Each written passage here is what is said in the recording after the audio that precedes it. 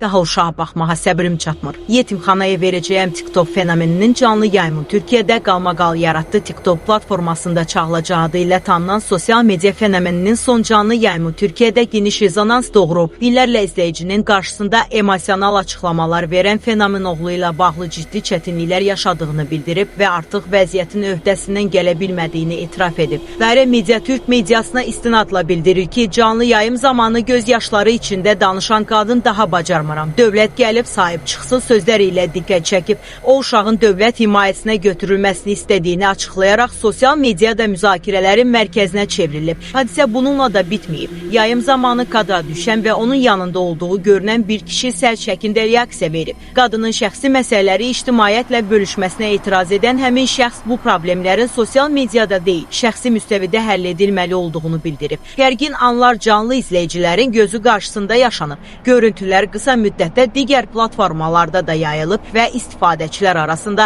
ciddi fikir ayrılığı yaradıb. Bəzi sosial media istifadəçiləri ananın qərarını sərt şəkildə tənqid edərək uşağın maraqlarının hər şeydən üstün tutulmalı olduğunu vurğulayıb. Digər bir qrup isə qadının psixoloji dəstəyə ehtiyacı ola biləcəyini bildirərək məsələyə daha həssas yanaşma çağırışı edir. Hazırda uşağın gələcək taliyi və rəsmi qurumların mövqeyi ilə bağlı açıqlama verilməyib. Hadisə sosial şəbəkələrdə müzakirə mövzusu olaraq qalır.